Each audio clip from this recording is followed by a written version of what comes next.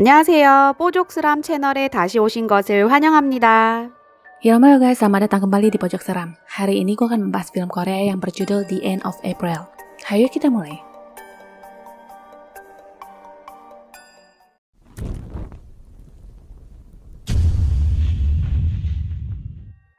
Seorang gadis bernama Hyunjin menyewa sebuah apartemen tua hanya dengan pertimbangan biaya sewa yang murah. Apartemen yang bahkan tidak dilengkapi dengan lift dan dia harus susah payah menggerek kopernya. Sesampainya di apartemen, dia sempat memindahkan sekantong sampah yang mungkin milik tetangga sebelah. Kamar apartemen itu terkesan lembab dengan perabotan seadanya dan sangat berdebu. Hari pertama di sana terdengar ketukan pintu dari luar, tapi ternyata tidak ada siapa-siapa. Sewaktu Hyunjin ingin kembali masuk ke dalam, tetangganya keluar dan meminta waktunya sebentar. Wanita ini hanya ingin mengingatkan agar Hyunjin tidak berisik setidaknya sampai mereka pindah minggu depan karena dia tidak suka dengan suara bising. Hyunjin terheran-heran di mana wanita ini terkesan kasar padahal mereka baru saja bertemu. Ada kesan di mana wanita ini ingin menunjukkan bahwa keluarganya ini berstatus sosial tinggi dilihat dari kalimat-kalimat yang diucapkan. Di sisi lain, anaknya sendiri yang bernama Juhi seakan sudah muak dengan tingkah ibunya. Setelah selesai ngoceh, wanita ini permisi dengan mengatakan ingin mengantarkan anaknya ke dokter gigi. Di tempat lain, seorang wanita yang juga bernama Park Hyunjin baru saja bergabung di kantor pembinaan sosial. Di saat dia sedang diajarkan tentang apa yang harus dikerjakan di kantor, seorang pria kebetulan muncul dan dia diberitahu bahwa pria itu adalah salah satu orang dengan keterbelakangan mental yang harus dikunjungi setiap minggu. Tidak hanya itu, Park Hyunjin diperingatkan agar berhati-hati dengannya karena dia terkenal suka mengganggu wanita. Cerita kembali ke Hyunjin muda. Dia ini berstatus sebagai pelajar yang bekerja paruh waktu di pabrik. Malamnya, sewaktu dia akan pulang, tiba-tiba mesin kembali beroperasi sendiri yang padahal tadi semuanya sudah dalam keadaan mati. Hyunjin pun memeriksa ke dalam dan melihat ada seseorang yang sedang menghabisi bosnya sendiri. Dia segera kabur dan anehnya, dia bertemu kembali dengan bosnya. Lalu yang tadi itu siapa? Apapun itu, dia memilih untuk tidak mencari tahu dan segera pergi. Di apartemen, dia terbangun karena mendengar suara aneh yang datang dari sebelah kamarnya. Karena itulah besoknya dia melaporkan kejadian semalam kepada pengurus dan memintanya untuk menegur tetangganya yang tidak bersahabat itu. Yang Hyunjin asumsikan, tetangganya itu memelihara binatang yang suaranya berisik sekali. Tapi ternyata pengurus juga mengatakan tetangganya komplain dengan melaporkan hal yang sama. Mereka mengatakan Hyunjin lah yang berisik. Belum lagi dia dituduh sengaja mengetuk pintu dinding mereka, juga membuang sampah di depan pintu orang. Keanehan dan kesialan tidak sampai di sana. Sesampainya Hyunjin di kantor, dia dipukul oleh bosnya dengan tuduhan sudah mengacaukan penjualan, dan detik itu juga dia dipecat. Sebelum pergi, Hyunjin ke kamar mandi untuk sekedar bercermin melihat bekas tamparan di pipinya. Tiba-tiba pria yang semalam dilihatnya itu muncul di belakangnya dengan membawa alat pertukangan sambil menuduh dialah penyebab semua ini terjadi dalam bahasa asing. Sepertinya itu hanyalah bagian halusinasinya saja dan sekarang Hyunjin sudah berada di kelas. Teman sekelasnya yang bernama Kyungsoo melihat tingkahnya yang terkantuk-kantuk, tapi sebenarnya bukan itu yang menyita perhatiannya melainkan alat tukang yang tercecer dari dalam tasnya. Setelah kelas dibubarkan, Kyungsoo menghampiri Hyunjin untuk memberikan alat itu kepadanya dan bertanya kenapa seorang gadis bisa membawa barang seperti itu. Hyunjin sendiri tampak tidak tertarik ngobrol dengannya dan membuang alat tersebut. Di jalan, Hyunjin melihat ada kecelakaan dan sepertinya dia menyadari tato di tangan korban itu terlihat familiar seperti tato yang ada pada pria di pabrik tadi. Di apartemen, lagi-lagi dia mendengar suara seperti kuda tercekik yang sangat mengganggu. Hyunjin memutuskan untuk berjalan keluar dan ternyata ada seekor babi yang seliwiran di sana. Dia pun mencoba mengikuti kemana perginya babi itu, tapi kehilangan jejak. Mungkin itu adalah babi ngepet. Dua anak kecil yang entah anak siapa ini selalu nongkrong di tengah tangga dan ketika ditanya melihat babi lewat atau tidak, mereka hanya diam saja. Di saat Hyunjin kesal dan agak menaikkan nada bicaranya, anak itu pun ngegas mengatakan Hyunjin sebagai perempuan jalang, lalu berjalan pergi. Anak zaman sekarang galakan dia. Hyunjin pun berjalan kembali ke kamarnya dan di sana dia bertemu dengan anak tetangganya Juhi. Juhi meminta izin untuk menumpang tidur di kamarnya tapi Hyunjin tidak mengizinkan. Hal aneh seakan terus terjadi di mana alat berat yang harusnya sudah dibuang tadi ada lagi di lacinya. Besoknya Juhi ketahuan mencuri dan dia diancam akan dilaporkan ke polisi. Dia melakukan perlawanan dan segera pergi ke sekolah. Alasan Juhi mencuri sudah pasti karena tidak ada uang, sedangkan di sekolahan sedang ada kegiatan mengolah makanan. Pulangnya, anak pemilik toko menghampirinya dan memberikan lipstik kepadanya. Pria dengan keterbelakangan mental ini menyuruhnya untuk melakukan apa yang dia mau karena jika tidak, ibunya akan mempermasalahkan pencurian tadi pagi. Malamnya, Juhi pun memakai lipstik pemberian itu dan merokok di luar apartemen. Setelah itu, dia tampak pergi ke toko kelontong tadi dan ibu pemilik toko sepertinya sudah tahu apa maksudnya. Juhi disuruh melayani pria ini dengan kesepakatan awal hanya sebatas pemuasan tanpa berhubungan, tapi ternyata pria ini menginginkan lebih yang membuat Juhi ingin keluar. Sialnya pada saat itu pintu sengaja diganjel dari luar. Singkat cerita, Juhi diruda paksa dan ibu pemilik toko itu seakan budek sambil menghitung duit. Besoknya, Hyunjin sempat berpapasan dengan Juhi yang baru saja kembali ke apartemen. Tak berapa lama, Bu Park melakukan tugasnya untuk melakukan kunjungan di apartemen itu. Ternyata, Bu Park mengaku pernah tinggal di sana di tahun 2005 silam. Dia lalu naik ke atas dan memergoki pria botak itu sedang berusaha membuka pintu kamar orang. Melihat Bu Park, pria ini langsung kabur tapi dikejar olehnya. Bu Park menanyakan apa yang sudah dia lakukan di depan pintu apartemen orang, dan pria ini langsung berlindung di ketek emaknya. Maknya sudah pasti membela anaknya dengan mengatasnamakan keterbatasannya yang mengharuskan orang untuk memahami semua tindakannya. Malamnya, Hyunjin lagi-lagi bertemu dengan dua anak tengil ini yang selalu nongkrong di tangga. Baru juga mau diajak ngomong, mereka langsung dibawa pulang sama maknya. Hyunjin pun kembali ke apartemen dan di sana dia melihat suami tetangganya untuk pertama kalinya. Pria itu terlihat ramah dan memperkenalkan diri bernama In Cheol.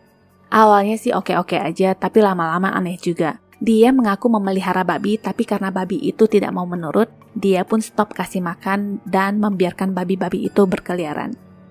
Sekarang yang dia tanyakan apakah Hyunjin melihat babi-babi itu, dan ketika Hyunjin menjawab tidak, pria ini tidak percaya dan menuduhnya berbohong.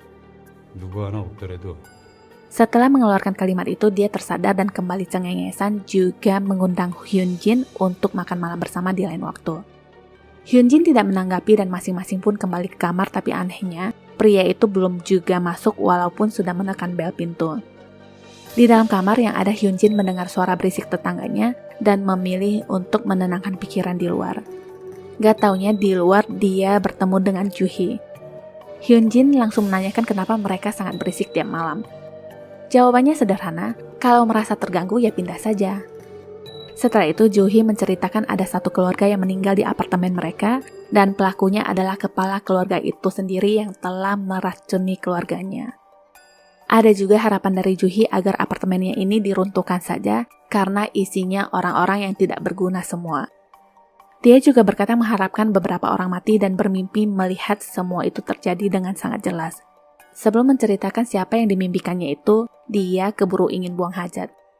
Besoknya hari berlalu seperti biasa dan Kyung-soo masih terus mendekati Hyunjin yang akhirnya mereka pun sedikit lebih akrab. Malamnya di apartemen, dia melihat tetangganya sedang sibuk menekan bel pintu apartemennya. Ternyata si tante lagi ada maunya. Dia ingin meminta tolong kepada Hyunjin menjadi guru private Juhi dan bersedia membayar $500 per bulannya. Juhi sendiri malas dengerinnya dan berjalan keluar. Hyunjin menyusulnya dan di sana Juhi berkata, ibunya itu sebenarnya gila, tapi nggak sadar malah nuduh Juhi lah yang gila. Otaknya bermasalah sejak mereka pindah ke apartemen dan sebenarnya mereka juga sudah tidak punya uang bahkan untuk membayar tagihan. Ayahnya sendiri pengangguran yang sudah dipecat sejak Juhi masih kecil. Tapi anehnya, ayahnya tidak menerima kenyataan dan setiap hari selalu bangun pagi, pergi dan pulang larut malam seakan masih bekerja. Kenyataannya mereka pindah dari Seoul juga karena lari dari setumpuk hutang. Ibunya sendiri menjadi halu dan selalu berhayal masih menjadi nyonya besar. Tapi Junhin berkata dia tetap bersedia mengajari Juhi belajar jika dia mau. Besoknya Kyung-soo datang tiba-tiba yang mengagetkan Hyunjin dan secangkir kopi pun tumpah ke bajunya. Karena itu Hyunjin membantu mencuci bajunya. Dari yang cuci baju akhirnya curhat. Hyunjin berkata dia sengaja memisahkan diri dari ibunya dengan pindah ke apartemen itu karena seorang peramal yang berkata mereka akan saling menyulitkan satu sama lain jika terus bersama. Hyunjin pun menangis dan dari sana acara berubah lagi menjadi acara icip-icip satu malam. Di sana, Juhi tiba-tiba muncul dan melihat adegan ranjang mereka tanpa berkata apa-apa dan berjalan pergi. Setelah itu, besok malamnya Hyunjin dan Juhi belajar bersama seperti tidak terjadi apa-apa. Cerita lanjut ke Bupak. Dia diberitahu bahwa pemilik toko kemarin menelpon dan komplain. Atasannya menegurnya untuk lebih bersikap baik, terutama pada anak laki-lakinya yang mengalami keterbatasan mental yang tidak tahu mana baik dan buruk. Belum tahu aja ya, pria yang terlihat lugu tetap aja bisa melecehkan perempuan. Di tempat lain, Hyunjin melihat Juhi yang sedang dibully oleh teman-temannya. Dia juga dihina yang katanya menjual diri hanya untuk sebungkus rokok ke anak pemilik warung. Karena itu, di saat Juhi ada di kamarnya, Hyunjin menanyakan dari mana dia mendapatkan uang untuk membeli perlengkapan make-up-nya. Jawabannya standar yang katanya dia bekerja part-timean. Tak berapa lama, Juhi tiba-tiba sudah pergi entah kemana sewaktu Hyunjin sedang berada di dapur. Laci juga dalam keadaan terbuka. Merasa curiga, Hyunjin keluar dan melihat Juhi yang masuk ke toko kelontong tersebut. Besoknya, orang-orang ramai di depan gedung apartemennya yang katanya sudah terjadi pembunuhan yang menewaskan ibu dan anak di toko kelontong. Hyunjin mencurigai Juhi dan menanyakan beberapa pertanyaan, tapi sampai di sini, Juhi masih menjawab seumum mungkin yang intinya dia tidak ada kaitannya dengan kematian pria mesum dan maknya itu. Hari itu, Bu Pak kebetulan kembali ke toko kelontong dan melihat toko itu sudah dipasang polis lain. Pengurus apartemen mengatakan bahwa pelakunya sudah pasti psycho karena kepala korban dihantam dengan alat berat sampai benyek, lalu dibungkus dengan plastik sampai mereka kehabisan nafas. Tengah malam kemarin, Pak Pengurus juga berkata melihat seorang gadis yang keluar dari toko itu, yang tak lain adalah gadis yang tinggal di lantai 10, tapi dia tidak ingin terlibat dalam kasus ini dan memilih diam. Kembali ke Hyunjin, dia kembali ke apartemen dan menemukan ibu Juhi yang sudah ada di dalam.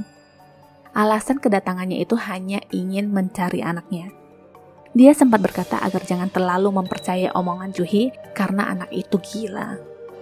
Ada juga cerita bahwa Juhi itu sebagai sosok gadis keganjenan yang suka merayu pria seumuran ayahnya hanya untuk mendapatkan uang. Dia juga membisikkan sesuatu ke telinga Hyunjin. Karena itu Hyunjin menemui Juhi dan menanyakan ada hubungan apa antara dia dan dokter giginya. Singkat cerita, Juhi mengakui dia butuh uang untuk melanjutkan hidup, bahkan dialah yang harus membiayai sekolah dan semua-semuanya.